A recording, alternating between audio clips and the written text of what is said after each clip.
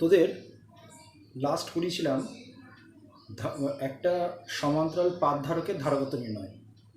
এবার আজকে আমরা তোর হচ্ছে বায়ু মাধ্যমে বা শূন্য মাধ্যম যাই বলিস, অ্যাকচুয়ালি শূন্য মাধ্যম তো সম্ভব না। বায়ু মাধ্যমের ক্ষেত্রে আমরা একটা গোলীয় ধারকের ধারকত্ব বের করব, আর হচ্ছে একটা বেলনাকার মানে সিলিন্ড্রিক্যালের ধারকের ধারকত্ব বের করব।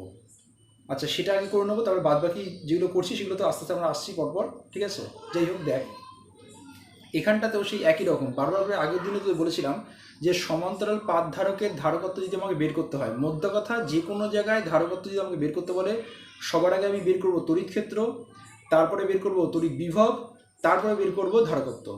আবার বলছি, তড়িৎ ক্ষেত্র, তড়িৎ বিভব, তারপরে ধারকত্ব, এই তিনটে তাহলে পরপর আমরা করব। দেখ এখানে সেই একই রকমভাবে আমি তোর হচ্ছে একটা গোলীয় ধারক বের করছি। সবাই ছবিটা দিকে একটু ভালো করে দেখ, তোরা তো স্বাভাবিক অর্থেই প্রত্যেকে ছবিটা দেখে আগে এঁকে নিচ্ছিস, তারপর এটা বুঝবি। যাই হোক, তা এখানে তোর হচ্ছে আমি যেটা এঁকেছি, এখানে তোর হচ্ছে একটা ভেতরে গোলক এঁকেছি। এই গোলকটার ব্যাসার্ধ হচ্ছে ক্যাপিটাল R1, আর এই বাইরে একটা গোলক এঁকেছি, সেটা হচ্ছে আমার ব্যাসার্ধ ক্যাপিটাল R2। এখানে একটা জিনিস বলে রাখি, আমার ভেতরের যে গোলকটা রয়েছে, যেটা আমার ব্যাসার্ধ রয়েছে ক্যাপিটাল R1, ওটা নিরেট হতে পারে বা ওটা ফাঁপাও হতে পারে। নিরেট যদি হয় তাহলেও কোনো অসুবিধা নেই, যদি ফাঁপাও হয় তাহলেও কোনো অসুবিধা নেই। মধ্য কথা, মোট আমার ওতে আধান রয়েছে +Q আধান। এবার ওটা পরিবাহী হতে পারে বা অপরিবাহী হতে পারে, কিন্তু আহিত একটা গোলক, ঠিক আছে? কিন্তু বাইরের যে গোলকটা, সেই গোলকটা আমার ফাঁপা হতে হবে। সেই ফাঁপা গোলকের কেন্দ্রে আমি যেন তোর হচ্ছে একটা ওই নিরেট গোলক বা ফাঁপা ছোট্ট গোলক যেটা বলছিস সেটাকে রেখে দিচ্ছি। তাহলে বাইরের যে গোলকটা আমার রয়েছে, সেই গোলকটার ব্যাসার্ধ হচ্ছে আমার ক্যাপিটাল R2, আর ভেতরকার যে নিরেট গোলকটা রয়েছে সেটার ব্যাসার্ধ হচ্ছে আমার ক্যাপিটাল R1। আর আমি কি করেছি, এই দুটো গোলক, যেটা নিরেট গোলক যেটা ভেতরে রয়েছে আমার, নিরেট বা ফাঁপা যাই ধরিস, ছোট্ট গোলকটা, সেই ছোট গোলকটা আর বড় গোলকটার মাঝে যে ফাঁকা স্থান, সেখানে তার ওই মাঝে যে কোনো আমি একটা বিন্দু নিচ্ছি, পি বিন্দু। সেই পি বিন্দুর আমি যদি ওখানে ধারকত্ব বের করতে চাই, তাহলে সেক্ষেত্রে আমি কি করতে পারি, ওই পি বিন্দুটাকে কেন্দ্র করে, মানে ওই পি বিন্দু পর্যন্ত মাপ নিয়ে, ওই কেন্দ্রক থেকে মাপ নিয়ে আমি একটা গোলক ওখানে আঁকতে পারি। সেই গোলকটা কি, মানে ওটাই হচ্ছে আমার গসিয়ান তল ওখানে হবে, যেটা কিনা আমি তাকে এই ছবিতে ডট ডট লাইন দিয়ে দেখাচ্ছি। আবার দেখে না, তাহলে এই নিরেট গোলক যেটা আমার রয়েছে, সেই নিরেট গোলকের ব্যাসার্ধ হচ্ছে ক্যাপিটাল R1। আমার একদম বাইরের যে গোলকটা রয়েছে, সেই গোলকটার ব্যাসার্ধ হচ্ছে আমার ক্যাপিটাল R2। আর দেখ আমি ডট ডট লাইন দিয়ে তোর হচ্ছে একটা গসিয়ান তল নিয়েছি, সেই গসিয়ান তলের ব্যাসার্ধ হচ্ছে আমার স্মল r। এইবার তোরা সবাই গসের সূত্র জানিস, গসের সূত্র অনুযায়ী দেখ এখানে কিন্তু আমি বলছি, তাহলে আমার বাইরের যে গোলকটা রয়েছে, সেই গোলকটার আমার হচ্ছে মোট আধানের পরিমাণ -Q, আর ভেতরের যে আমার নিরেট গোলকটা রয়েছে বা নিরেট ফাঁপা তোরা যাই বলিস না কেন, যেটাকে আমি ছোট্ট গোলক যেটা নিয়েছি, সেই ছোট গোলকটাতে আমার রয়েছে +Q আধান। তাহলে +Q আধান রয়েছে ভেতরে ছোট গোলকটাকে, আর একদম বাইরের যে গোলকটা আমার রয়েছে সেটা রয়েছে আমার -Q আধান। এইবার তাহলে আমাকে যদি এখানে তড়িৎ ক্ষেত্র যদি বের করতে হয়, তোরা সবাই নিজেরা জানিস যে তড়িৎ ক্ষেত্রের অভিমুখ কোন দিক থেকে কোন দিকে রয়েছে। তড়িৎ ক্ষেত্রের অভিমুখ সর্বদা ধনাত্মক আধান থেকে ঋণাত্মক আধানের দিকে হয়। তড়িৎ ক্ষেত্রের অভিমুখ সর্বদা ধনাত্মক আধান থেকে ঋণাত্মক আধানের দিকে হয়। তার মানে এখানে আমার তড়িৎ ক্ষেত্রের অভিমুখ কিন্তু তাহলে ওই ছোট্ট গোলকটা থেকে বাইরের গোলকের দিকে হবে, এবং সেটা তাহলে কোন দিক বরাবর হবে, ব্যাসার্ধ বরাবর। দেখ এখানে প্রত্যেকটা অভিমুখে তাহলে হচ্ছে ব্যাসার্ধ বরাবর, তাহলে হচ্ছে আমার তড়িৎ ক্ষেত্র রয়েছে। আমি কিন্তু সেটা এখানে এঁকে দেখাইনি, তাহলে ছবিটা অস্পষ্ট হয়ে যাবে। তাই এইবার আমি এর চারিদিকে তাহলে তোর হচ্ছে একটা দেখ এখানে গসিয়ান তল নিয়েছি। তাহলে এই গসিয়ান তলের ক্ষেত্রে যদি আমি গসের সূত্র প্রয়োগ করি, তাহলে আমরা লিখতে পারি close surface integral of E dot ds is equal to Q/ε0। Q মানে total charge enclose by that Gaussian surface. তারপরে এখানে ওই গসিয়ান সারফেস দ্বারা আমার মোট আবদ্ধ আধানের পরিমাণ কত, +Q। তাহলে সেটাই হচ্ছে +Q/ε0। এবার ই ডট ডিএস যখন আমি করছি, তাহলে এখানে দেখ আমার ডিএস মানে যে ক্ষেত্রফলটা, সেই ক্ষেত্রফলের অভিমুখ তো আমি যে গসিয়ান তলটা নিয়েছি, গসিয়ান তল বরাবর ব্যাসার্ধ বরাবর বাইরের দিকে হবে। তড়িৎ ক্ষেত্র অভিমুখ ব্যাসার্ধ বরাবর বাইরের দিকে, তাহলে তো দুটো একই অভিমুখে হচ্ছে। তাহলে ওদের মধ্যেকার ডট গুণন তাহলে আমাকে কী দেবে, আমাকে 1 দেবে, +1। যার জন্য আমি তাহলে ই ডট ডিএসটাকে পয়েন্ট লিখেছি ইডিএস। তাহলে ইটা সুষম হওয়ার জন্য ওটাকে বাইরে পাঠিয়ে দিলাম। তাহলে close surface integral of DS is equal two Q/ε0। তাহলে ই ইন্টু, এবার ক্লোজ সারফেস ইন্টিগ্রাল মানে একটা বদ্ধগোলকের, তোরা সবাই জানিস পৃষ্ঠতলের ক্ষেত্রফল হয় 4πr²। তাহলে আমি সেটাই পেয়েছি ই ইন্টু 4πr² সমান Q/ε0। তাহলে ই সমান Q/4πε0r²। তাহলে এটা আমি 1 নম্বর সমীকরণ দিয়েছি। আমার এইটুকু পর্যন্ত আমি আমার তড়িৎ ক্ষেত্রের মানটা বের করে রাখলাম। তাহলে ফার্স্ট স্টেপ আমার হয়ে গেছে তড়িৎ ক্ষেত্রের মান বের করা। সেকেন্ড স্টেপ কী হবে, তোরা সবাই জানিস সেকেন্ড স্টেপে আমরা করব যে এক্ষেত্রে আমরা বিভবটা বের করব। তাহলে তড়িৎ বিভবটা বের করতে গিয়ে তাহলে দেখতে কী করছি, ভি ইজ ইকাল টু, আমরা তোদের আমি তোদের আগেও বলেছিলাম তোদের বক্সের মধ্যে 6খানা সমীকরণ লিখতে বলেছিলাম। সেই 6টা সমীকরণের মধ্যে একটা সমীকরণ ছিল ই সমান minus of del V del R, E সমান minus of del V del R, বা ভি সমান integration minus integration E dot dr, V সমান minus integration of E dot dr. তোদের আমি বলেছিলাম এই দুটো সমীকরণের ক্ষেত্রে কোনটা প্রয়োগ করব, যদি আমার বিভব জানা থাকে, আমার যদি তড়িৎ ক্ষেত্র বের করতে বলে তাহলে প্রথম সমীকরণটা অর্থাৎ ই সমান minus of del V del R, আর যদি আমার তড়িৎ ক্ষেত্র যদি জানা থাকে, যদি আমার বিভব বের করতে বলে তাহলে ভি সমান minus of integration of E dot dr. তাহলে স্বাভাবিক অর্থেই আমরা তাহলে এখানে দেখতে পাচ্ছি আমার দ্বিতীয় সমীকরণ এখানে কাজে লাগবে, কারণ আমার তড়িৎ ক্ষেত্রের মান জানা আছে।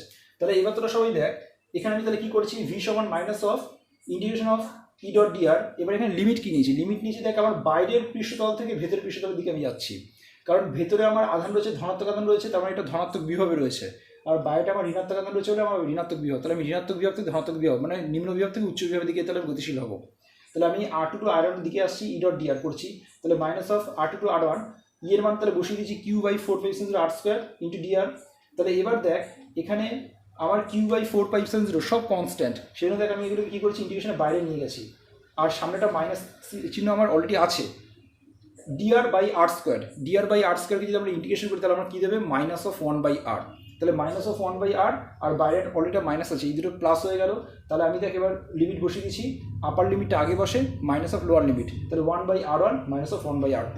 তাহলে ফাইনালি ভি এর সমীকরণটা আমার কী বেরোলো, ভি সমান q by 4π/0 1/r1 minus 1/r2। এইটুকু আমার মনে হয় খুবই সহজ, তোদের বুঝতে পারার অসুবিধা হবে না। এরপরে থার্ড পয়েন্ট, আমি তাহলে বলেছিলাম প্রথমে তড়িৎ ক্ষেত্র, তারপরে বিভব, তারপর ধারকত্ব। তাহলে থার্ড পয়েন্টে তাহলে চলে আসি, কিউ সমান সিভি, তাহলে সি সমান কিউ বাই ভি। এবার তাহলে আমি হচ্ছে কিউ এর মানটা, কিউটা রয়েছে আর ভি এর মানটাই বসিয়ে দিলাম, দেখ কিউ কিউ ক্যান্সেল আউট হয়ে গিয়ে আমার কী পড়ে থাকলো, 4π/0 R1 R2 by R2 minus R1। তাহলে এইটা হচ্ছে আমার গোলীয় ধারকের ধারকত্ব। কিন্তু আমরা এরপরে যেখানেই গোলীয় ধারক দেখতে যাব তখন হচ্ছে দেখবি ওই বাইরের যে আমার তলটা রয়েছে সেই তলটা আমার হচ্ছে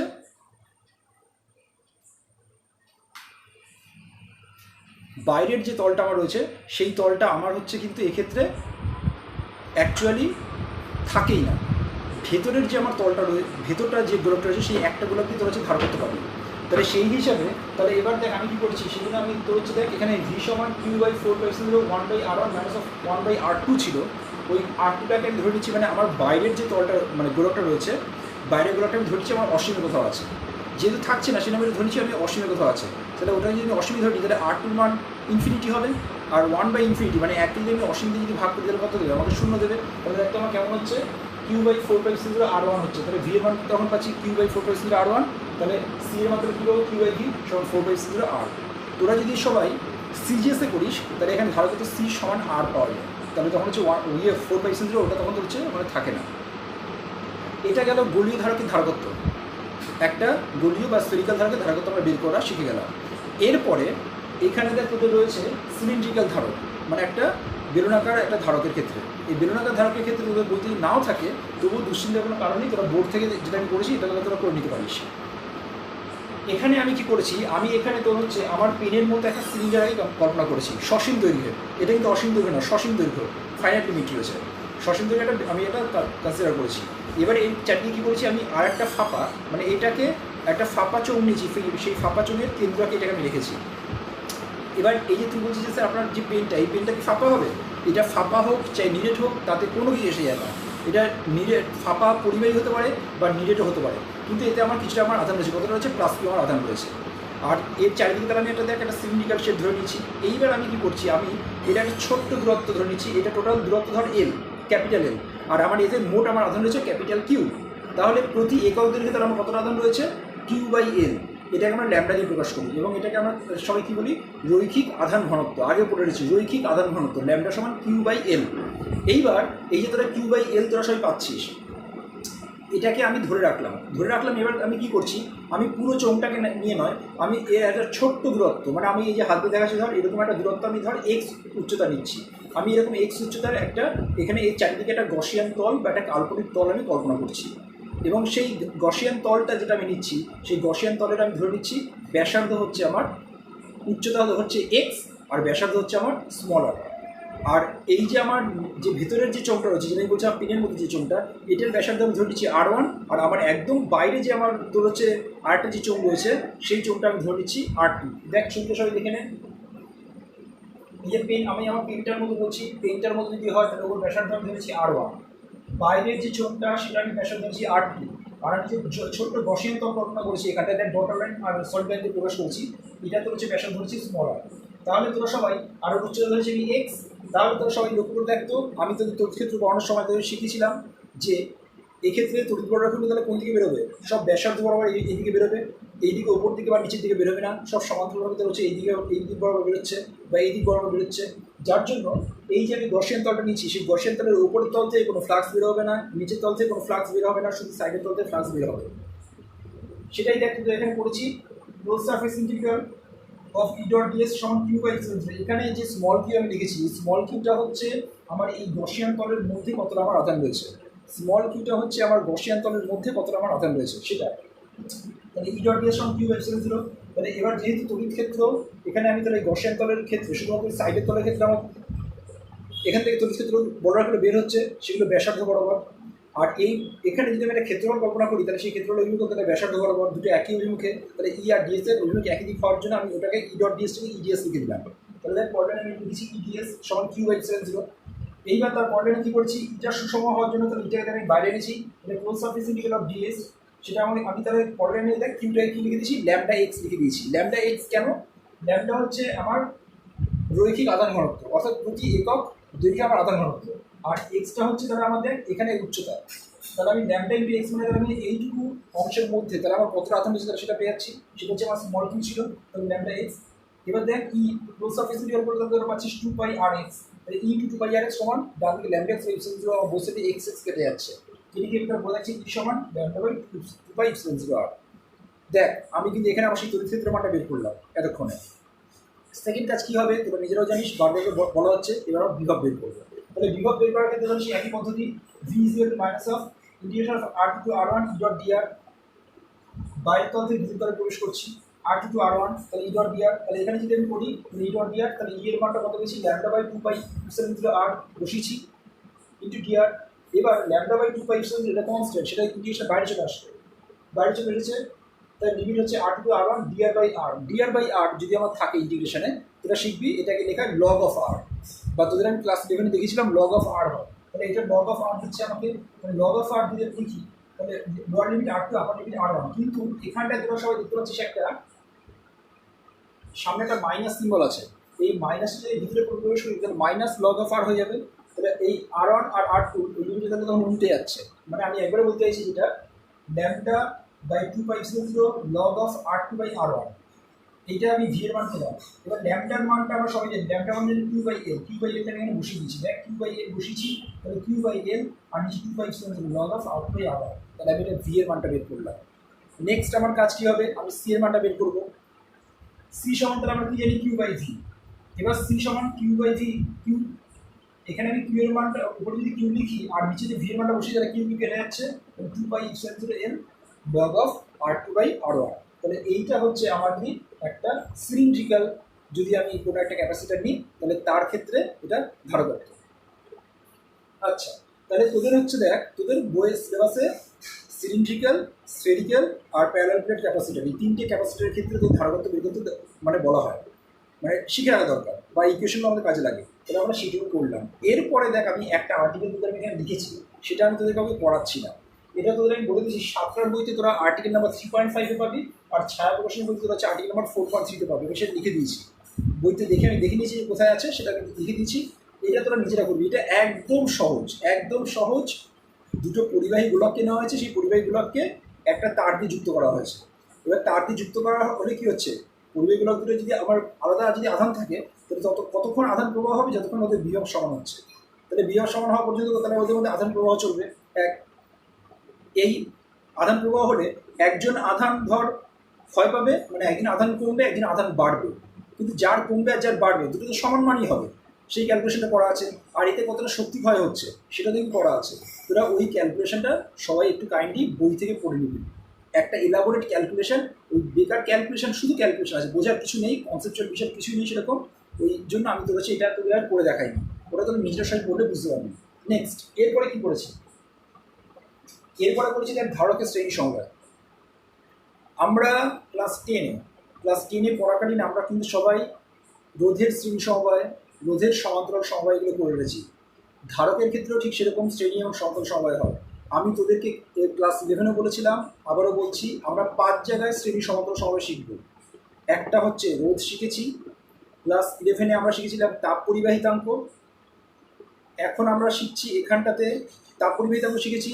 আবার তোরা হচ্ছে যখন প্রত্যেকে সরল দৈর্ঘ্য পড়েছিস, ওখানে স্প্রিংয়ের বল ধ্রুবকের ক্ষেত্রে শ্রেণী সমান্তরাল সমবায় শিখেছিলি। এই 3টে জিনিস আমাদের শেখা হয়ে গেছে। এখন আমরা সবাই শিখছি এখন ধারকত্বের আজকে আমরা শিখবো। আর এরপরে আমরা শিখবো সাবেশাঙ্ক বা আবেশাঙ্কের ক্ষেত্রে, সেটা হচ্ছে ম্যাগনেটিজম পড়তে গেলে শিখবো। তাহলে এই 5 জায়গায় আমরা পড়বো। এবার তোদেরকে আমি বলেছিলাম ওখানটাতে তোরা মনে করে দেখ, রোধের ক্ষেত্রে তোরা শ্রেণী সমবায় সমান্তরাল সমবায় যা পেয়েছিলি, তোরা হচ্ছে পরিবাহিতাঙ্কের ক্ষেত্রে বা স্প্রিংয়ের বল ধ্রুবকের ক্ষেত্রে ঠিক তার উল্টোটা হয়েছিল। ওর শ্রেণী, রোধের শ্রেণী এদের সমান্তরাল, রোধের সমান্তরাল এদের শ্রেণী। এখানে ধারকের ক্ষেত্রে ঠিক তাই, রোধের যা হয় ঠিক তার উল্টোটা হয়। রোধের যেটা শ্রেণী এখানে ধারকের ক্ষেত্রে সমান্তরাল, রোধের ক্ষেত্রে যেটা সমান্তরাল এটা ধারকের ক্ষেত্রে শ্রেণী হয়। দেখ সেটা আমরা করবো এখানে। সবার শুরুতে আগে আমি ধরে নিচ্ছি ধারকের শ্রেণী সমবায়। এটা খুব কনসেপচুয়াল জায়গায় ঠান্ডা মাথায় পড়ছে। এখানটাতে আমি কি করেছি, আমি তোর হচ্ছে একটা ব্যাটারি লাগিয়েছি। আর এই ব্যাটারিটা তোর হচ্ছে কি করেছি, এখানে 3টে ধারক নিয়েছি। 3টে ধারকের নাম C1, C2, C3, 3টে আমি ধারক নিয়েছি। এবার C1, C2, C3 যে 3টে ধারক নিয়েছি, C1 ধারকের বাঁদিকের পাঁচটায় ব্যাটারির জন্য প্লাস কিউ আধান আবিষ্ট হয়। ফলে এই ব্যাটারির জন্য একদম ডান দিকে C3 যে আমার ধারকটা রয়েছে, সেই C3 ধারকের ডান পাশের যে প্লেটটা সেটা মাইনাস কিউ আধান আবিষ্ট হয়। তাহলে একদম বাঁদিকটা প্লাস কিউ, একদম ডানদিকটা মাইনাস কিউ। কিন্তু এবার তুই যদি সমান্তরাল ধারক, সমান্তরাল ধারকের ক্ষেত্রে দেখ C1 আর C2 একটা তার দিয়ে যুক্ত রয়েছে। C1 আর C2 একটা এই দুটো পাত তার দিয়ে যুক্ত রয়েছে। ফলে কি হচ্ছে, C1 এর দ্বিতীয় পাতে আবেশের জন্য মাইনাস কিউ পরিমাণ আধান আবিষ্ট হবে। ঠিক সেরকম যেহেতু C1 এর দ্বিতীয় পাতে মাইনাস কিউ পরিমাণ আমার আধান আবিষ্ট হলো, একই পরিমাণ আমার আধান আমার C2 ধারকের বাঁদিকের পাতে আবিষ্ট হবে। এখানে তাদের হচ্ছে দেখ ভালো মতো আকাশ হবে। C1 পাতের বাঁদিকে আমার হচ্ছে প্লাস কিউ আধান রয়েছে, ডান দিকের পাতে আমার মাইনাস কিউ আধান আবিষ্ট হবে। মাইনাস কিউ যেহেতু এখানে আধান আবিষ্ট হয়ে যাবে, আমার C2 ধারকের ক্ষেত্রে তাহলে বাঁদিকে তাহলে হচ্ছে প্লাস কিউ আমার আধান আবিষ্ট হবে। আবার প্লাস কিউ আধান আবিষ্ট হয়েছে বলে C2 পাতের ডান দিকের পাতটাতে মাইনাস কিউ আধান আবিষ্ট হবে। এখানে মাইনাস কিউ হয়েছে বলে ওখানে প্লাস কিউ। তোরা ভেবে দেখ, দুটো পাতকে আমি একটা তার দিয়ে যুক্ত করেছি, তাহলে এটা যদি মাইনাস কিউ আধান আবিষ্ট হয়, তাহলে নিউট্রাল, এটা তো আমি নিউট্রাল ছিল, তাহলে এটা মাইনাস কিউ আধান আবিষ্ট, তাহলে এটা প্লাস কিউ আধান আবিষ্ট হলো। এই দুটো পাত কিন্তু একটা তার দিয়ে যুক্ত রয়েছে। আর দুটো সমান্তরাল পাত যদি আমি দেখি, এটা একটা ধারকের এই একটা পাত, এই একটা পাত, এটা তো কোনো তার দিয়ে যুক্ত নেই। এখানকার কিউ যদি আমার আধান আবিষ্ট হয়, তাহলে এই সেকেন্ড পাতটা তাহলে কিন্তু এটা কিউ আধান আবিষ্ট হচ্ছে কার জন্য, ব্যাটারির জন্য। আর সেকেন্ড পাতে এইখানে প্লাস কিউ আধান আবিষ্ট হচ্ছে বলে এখানে মাইনাস কিউ আধান আবিষ্ট হচ্ছে। এই ফান্ডাটা চলছে। এবং দেখ এখানে প্রত্যেকটা পাতে কিন্তু দেখ আমার একই পরিমাণ আমার আধান আবিষ্ট হয়েছে। তাহলে প্রথম ধারকের জন্য তাহলে আমি লিখতে পারি কিউ সমান সিভি। তাহলে কিউ সমান সিভি মানে কি, Q equal to C1, V মানে কি, প্রথম ধারকটার দুটি কোন প্রান্ত আছে, এ প্রান্ত আর বি প্রান্ত আছে, তাহলে VA মাইনাস VB, বিয়োগ পার্থক্য লিখলাম VA মাইনাস VB। দ্বিতীয়টা তাহলে আমি লিখতে পারি কিউ সমান C2 into VB minus VD। আর তৃতীয়টা আমি লিখতে পারি কিউ সমান C3 into VD minus VE। এইবার এগুলো যদি আমি লিখি, তাহলে দেখ VA মাইনাস VB সমান লেখা যায় q by C1, VB minus VB সমান q by C2, VD minus VE সমান কিউ বাই C3। এটাকে লেখা যায় এই সাইডে বাঁদিকে নিচে নিয়ে আসলে দেখ সেটাই আমি লিখেছি। লেখার পরে এই তিনটে সমীকরণকে আমি সিম্পলি যোগ করে দিয়েছি। যখনই যোগ করলাম দেখ আমার VB কেটে যাচ্ছে, VD কেটে যাচ্ছে, শুধু করে যাচ্ছে VA আর VE। বাঁদিকে VA মাইনাস VE করে থাকবে। ডান দিকে তাহলে ঠিক সেরকম, বাঁদিকে সকলে তাহলে যোগ করেছি এরকম, ডান দিকে তাহলে সকলে তাহলে যোগ করবো। যোগ করে ডান দিক থেকে সকলে তাহলে কিউ কমন যাচ্ছে, তাহলে বলতে হচ্ছে 1/C1 plus 1/C2 plus 1/C3। এখানটাতে তাহলে VA মাইনাস VE সমান আমি লিখছি Q into 1/C1 plus 1/C2 plus 1/C3। এইটুকু বুঝতে আমাদের কারো অসুবিধা হবে না। এর পরের কাজটা কী করেছি দেখ, আমি এই এ প্রান্ত আর ই প্রান্ত এর মাঝখানে যে তিনটে ধারক আছে এই সেটটা একটু খুলে দিলাম। খুলে দিয়ে আমি এখানে একটা এমন ধারক কিনে রাখলাম যে ধারকটাতে এই একই ব্যাটারির জন্য দুটো পাতে আমার একই পরিমাণ আধান মানে কিউ পরিমাণ আধান যেন আবিষ্ট হয়। আমি সেরকমই দেখাচ্ছি, একটা ধারকে লাগিয়েছি, বাঁদিকের পাতে আমার প্লাস কিউ, ডান দিকের পাতে মাইনাস কিউ আবিষ্ট হচ্ছে। তাহলে এ আর এ মাঝখানে তাহলে দেখা আমি VA মাইনাস VB সমান কিউ বাই সি। এইবার তোরা এই ওপরের সমীকরণটা আর এই সমীকরণ দুটো তুলনা কর, দেখ VA মাইনাস VE দুটোই বাঁদিক সমান। ডান দিকে দেখ এ কিউ ইন্টু পুরোটা এ কিউ বাই সি। তাহলে কিউ কিউ কেটে যাচ্ছে, তাহলে আমি লিখতে পারছি 1/c সমান 1/c1 plus 1/c2 plus 1/c3। অর্থাৎ ধারক যদি শ্রেণী সমবায় থাকে তাহলে তুল্য ধারকত্ব হয় ওই প্রত্যেকটা ধারকত্বের ইনভার্সিভ যোগফল। তাহলে দেখ 1/c সমান আমি লিখতে পারছি 1/c1 plus 1/c2 plus 1/c3, মানে রোধের ঠিক উল্টো। চল এবার আমরা সবাই সমান্তরাল সময়টা করে নিই। এখানটায় ধারকের সমান্তরাল সময় যখন আমি করেছি তখন তোর হচ্ছে দেখ এটা হচ্ছে আমার ব্যাটারিতে তোর হচ্ছে ধরে নে এখান থেকে আমার প্লাস কিউ পরিমাণ আধান তোর হচ্ছে প্লেটে দিয়ে যাচ্ছে। এবার তিনটে প্লেট দেখ আমার সমান্তরালে রয়েছে, তাহলে এইখান থেকে প্লাস কিউ যদি আমার আধান যদি আমি দেখি তাহলে এই প্লাস কিউ আধান দেখ তিনটে পাতে তাহলে হচ্ছে দেখ আমার আলাদা আলাদাভাবে হচ্ছে ওখানে ধর সঞ্চিত হয়েছে। প্রথমটায় ধর Q1 আধান, পরেরটায় Q2, তারপরটা Q3। একইভাবে ঋণাত্মক পাতের জন্য তাহলে হচ্ছে -Q1 -Q2 -Q3। আচ্ছা, প্রত্যেকটা ধারকের ক্ষেত্রে কিন্তু কমন দেখ এই ব্যাটারিটাই দেখতে পাচ্ছি। অর্থাৎ আমি যেটা বলতে চাইছি প্রত্যেকটা ধারকই দেখ এ আর বি বিন্দুর মধ্যে একই বিভব পার্থক্য ফিল করছে। তোরা সব ভেবে দেখ এটা কিন্তু প্রত্যেকটা একই বিভব পার্থক্য। আচ্ছা, তাহলে প্রথম ধারকটার জন্য লিখতে পারি Q1 সমান C1 × V - V, দ্বিতীয়টার জন্য তাই, তৃতীয় জন্য তাই। এটা তো লিখে গেলাম। লেখার পরে আমি কী করছি, আমি তো প্রথমে বললাম দেখ ব্যাটারি থেকে আমার যদি কিউ পরিমাণ আমার আধান বেরোয় তাহলে এই তিনটে ধারকে আমার এই কিউ পরিমাণ আধান তাহলে নিশ্চয়ই ডিস্ট্রিবিউট হয়েছে। মধ্যে কথা তো আমি এটা বলতে চাইছি যে ওই ধারকগুলোতে আমার যে পরিমাণ আধান ডিস্ট্রিবিউট হয়েছে সমস্ত আধানগুলো যদি আমি একত্রীভূত করি তাহলে এখানে তাহলে মোট আমি আধানটা পেয়ে যাবো। আমার প্রকৃত যতটা আমি আধান বেরিয়েছে আমার ইয়ে থেকে ব্যাটারি থেকে। তাহলে দেখ তিনটে তাহলে আমি যোগ করলাম, করে দেখ কিউ সমান Q1 plus Q2 plus Q3 লিখলাম। লেখার পরে আমি প্রত্যেকটা থেকে দেখ ভি মাইনাস ভিটা কমন নিচ্ছি, নিয়ে আমি C1 plus C2 plus C3 পেয়েছি।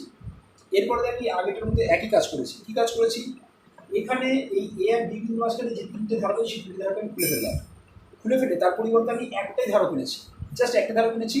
সে ওই একই বিভব পার্থক্যে আমার একই পরিমাণ যেন আধান সঞ্চিত হয়, কতটা না কিউ পরিমাণ আধান সঞ্চিত হয় তাহলে আমি সেটা লিখেছি এখানে। ওপরটা প্লাস কিউ নিচেটা মাইনাস কিউ, তাহলে এটা যেন লিখেছি q into C into V minus V.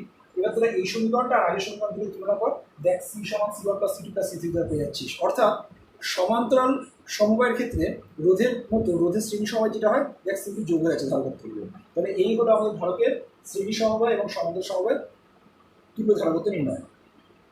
তোদের এই সম্পর্কিত প্রচুর অঙ্ক করতে হবে, কিন্তু কটা দিন পরে আমরা করবো। আমরা চলচ্চিত্র পড়ে ওখানে রোধ আর ক্যাপাসিটারকে তখন একসাথে করবো যাতে বেশি সময় নষ্ট না হয়। আচ্ছা, দুশ্চিন্তার কোনো কারণ নেই। এখানে সলভ করার ক্ষেত্রে এগুলো অনেক হার্ড প্রবলেম হয়। তোদের কিছু এমবিটিস শিখিয়ে দেবো, 6খানা সূত্র শিখিয়ে দেবো। ক্লাস 10 যেরকম 4টে শিখেছিলাম এখানে আরও 2টো এক্সট্রা অ্যাড হবে, টোটাল 6টা সূত্র শিখিয়ে দেবো, সেগুলো সবকটা হয়ে যাবে। আচ্ছা, এইবার তোরা সবাই দেখ একদম ডান দিকে যেটা করেছি এটা বিভৎস ইম্পর্টেন্ট। আচ্ছা, কিন্তু বলে রাখি এখানে তোর হচ্ছে আমি সঞ্চিত শক্তির যে মানটা বের করেছি সেই সঞ্চিত শক্তি তোদের হচ্ছে বইতে অন্যভাবে করে দেওয়া আছে একদম ছোটো শর্টে। আমি আর্টিকেল নাম্বারটা এখানে লিখিনি, ওইভাবে তোরা করতে পারিস, ঠিক আছে? ওটা আমি তোদের আর পড়াচ্ছি না, সহজ, ওটা পড়াচ্ছি না। আমি তোদেরকে এইভাবে পড়াচ্ছি, যেটা ইচ্ছা যেটা অ্যাকসেপ্ট করতে ইচ্ছা সেটা অ্যাকসেপ্ট করতে পারিস। কিন্তু এখানে তার আগে আমরা দেখে নিই, এখানে 3টে প্রশ্ন হয়। একটা হচ্ছে একটা সমান্তরাল পাত ধারকের পাতদ্বয়ের মধ্যেকার যে আকর্ষণ বল তার সমীকরণ বের করো, একটা হতে পারে। 2 নম্বর সমান্তরাল পাতধারকের মধ্যে সঞ্চিত শক্তি সমীকরণ বের করো। 3 নম্বর সমান্তরাল পাতধারকের মধ্যে প্রতি একক আয়তনে সঞ্চিত শক্তির মান বের করো। এই 3টে জিনিস এর মধ্যে লুকানো রয়েছে। দেখ আমি সেটা হেডিংয়ে দিচ্ছি, সমান্তরাল পাতধারকের মধ্যেকার বল 1, সঞ্চিত শক্তি 2, ও তড়িৎ ক্ষেত্রে সঞ্চিত শক্তি ঘনত্ব প্রতি একক আয়তনে সঞ্চিত শক্তি 3। 3টে প্রশ্ন লুকিয়ে আছে, কিন্তু সব 2 নম্বর প্রশ্ন হয়, বিভৎস ইম্পর্টেন্ট তোদের জন্য, বিশেষ করে এবছর। টাকা এখানে আমি কি করেছি, দুটো সমান্তরাল পাত নিয়েছি, এটা একটা পাতধারক কল্পনা করলো। বাঁ দিকের পাতটা হচ্ছে আমার ধনাত্মক আধানে আহিত, ডান দিকের পাতটা হচ্ছে আমার ঋণাত্মক আধানে আহিত। এইবার বাঁ দিকের পাতে আমি ধরেছি আমার প্লাস কিউ আধান রয়েছে, আর ডান দিকের পাতে আমার রয়েছে মাইনাস কিউ আধান। বাঁ দিকের পাতে প্লাস কিউ, ডান দিকের পাতে মাইনাস কিউ আমার আধান রয়েছে। এইবার এদের মধ্যে তাদের হচ্ছে তড়িৎ ক্ষেত্র অভিমুখ কোন দিকে হবে, তড়িৎ ক্ষেত্র অভিমুখ হচ্ছে সবসময় ধনাত্মক আধান ঋণাত্মক আধানের দিকে হয়। দেখ আমি এখানে তড়িৎ ক্ষেত্রে ইয়ের অভিমুখ দিয়ে দিয়েছি। আর তোরা সবাই জানিস যে একটা পাতলা পাতের জন্য তড়িৎ ক্ষেত্রের সমীকরণ কী হয়, ই সমান σ/2ε0। দেখ ই সমান σ/2ε0 আমি লিখলাম। সিগমা মানে কি, তলমাত্রিক আধান ঘনত্ব। তাহলে সিগমা সমান আমরা লিখতে পারি Q/A।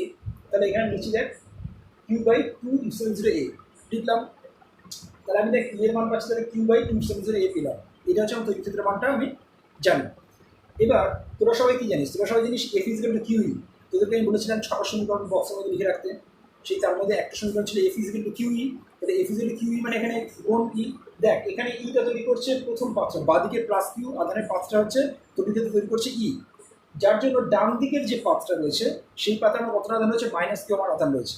এই মাইনাস কিউ আধান যে বল অনুভব করবে সেই বলটা হচ্ছে F is equal to minus Q into ই।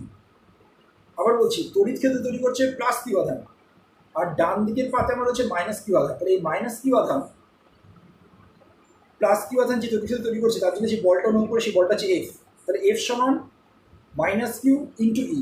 তাহলে আমি সেটা হচ্ছে এফ মাইনাস কিউ ইন্টু ই। তাহলে মাইনাস কিউ থাকলো আর ই এর মানটা বসলাম, দেখ সেটা minus q square by 270 A. Remember এখানে মাইনাস সিম্বলটা কিন্তু রিপ্রেজেন্ট করছে বলের অভিমুখ। এই পাতটা ধনাত্মক, এই পাতটা ঋণাত্মক, দুটো ভিন্ন পাত, ভিন্ন আধানের পাত। তার মানে এরা তাহলে কী করছে, এরা একে অপরকে আকর্ষণ করবে না বিকর্ষণ করবে? এরা দেখ একে অপরকে আকর্ষণ করবে, ধনাত্মক পাত ঋণাত্মক পাতকে আকর্ষণ করছে। ফলে কী হচ্ছে, তাহলে দেখ এখানে তো হচ্ছে প্রথম পাতটা দ্বিতীয় পাতকে তাহলে হচ্ছে আকর্ষণ করবে, আকর্ষণ করে নিজের কাছের দিকে টানবে। কি চাই মামা? যাও যাও যাও, পালো পালো পালো, শুনি পালো, যাও যাও যাও।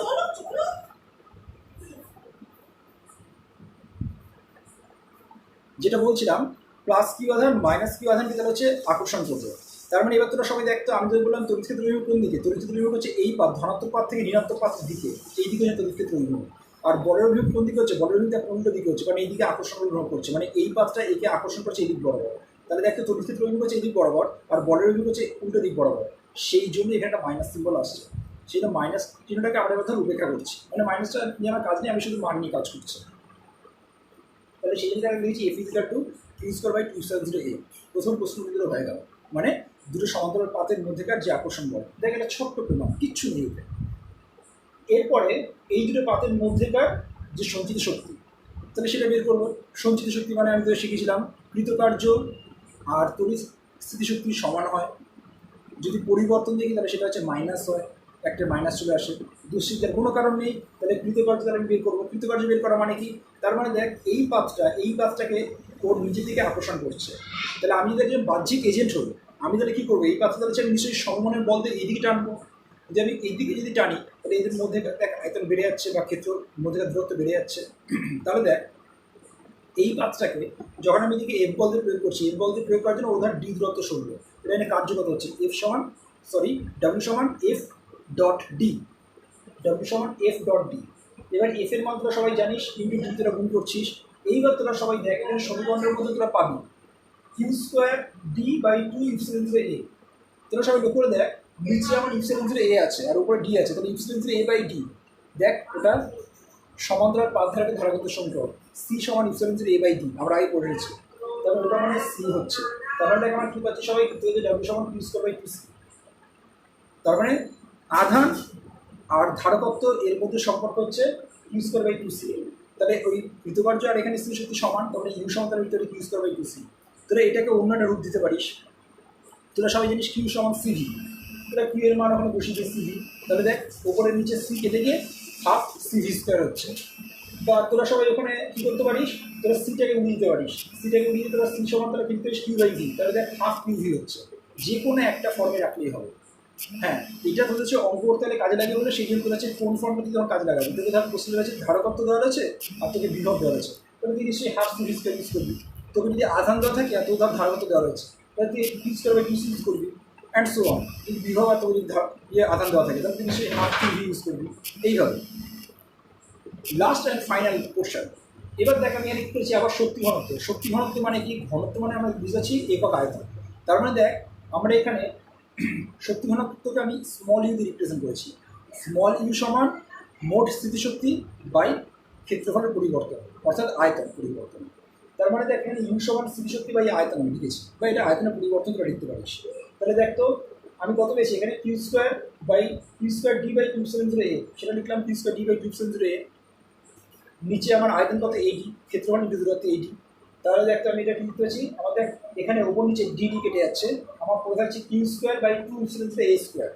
এইবার তোরা ওপর নিচে একটা করে ইপসিলন 0 গুণ করবে, তাহলে দেখ আমার q square by epsilon 0 square a square হচ্ছে, আর একটা হাফ ইপসিলন 0 বাইরে রয়েছে।